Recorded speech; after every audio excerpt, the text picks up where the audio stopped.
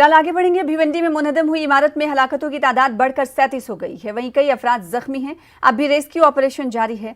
आपको बता दें कि मुनहदम हुई इमारत मामले में भिवंडी म्युनिसिपल कॉरपोरेशन के 2 अफसर मुअत्तल भी हुए हैं। इमारत हादसे पर महाराष्ट्र के वजीर आला उद्धव ठाकरे ने भी सख्त अफसोस का इजहार किया था, जबकि महलूकीन के वरसा को 5-5 लाख रुपए देने का ऐलान किया था। अनवारुल हक हमारे साथ, हमारे नुमाइंदे इस खबर पर जुड़ने वाले हैं आपसे कुछ देर में, क्योंकि कुछ देर पहले जब हमारी बात हुई थी पिछले बुलेटिन में तो उस वक्त हलाकतों की तादाद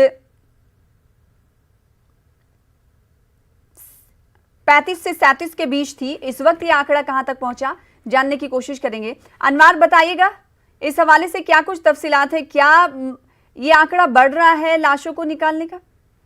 जी, ये आंकड़ा बढ़ रहा है। अभी देखिए, अब टोटल यहाँ पर महलूकीन की तादाद 39 पहुंच गई है, जबकि जख्मी जो थे वो 25 पर ही रुके हुए हैं।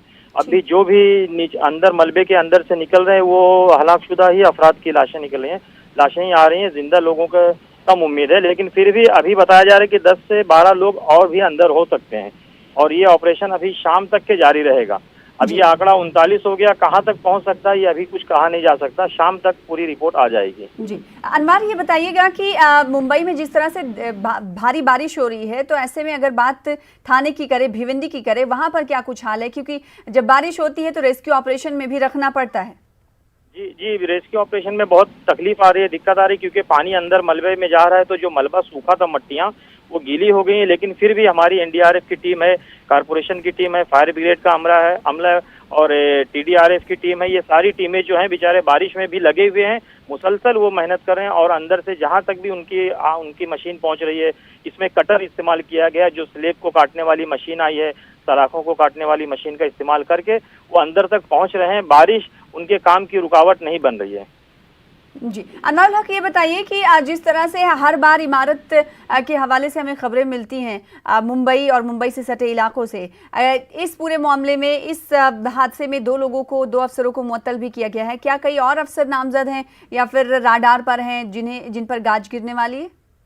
जी नहीं, इसमें यह है कि ये इमारत जो है कारपोरेशन ने इसकी निशानदेही कर दी थी पहले ही कि ये मखदूश इमारतों में है, इसको फौरन खाली करा दिया जाए, लेकिन लोगों ने खाली नहीं कराया। और जिन अफसरान की जिम्मेदारी थी खाली करवाना, जो प्रभाग समिति के अंडर में इलाका में धामन कर नाका आता था, वहाँ के 2 अफसरों को मुअत्तल कर दिया गया है।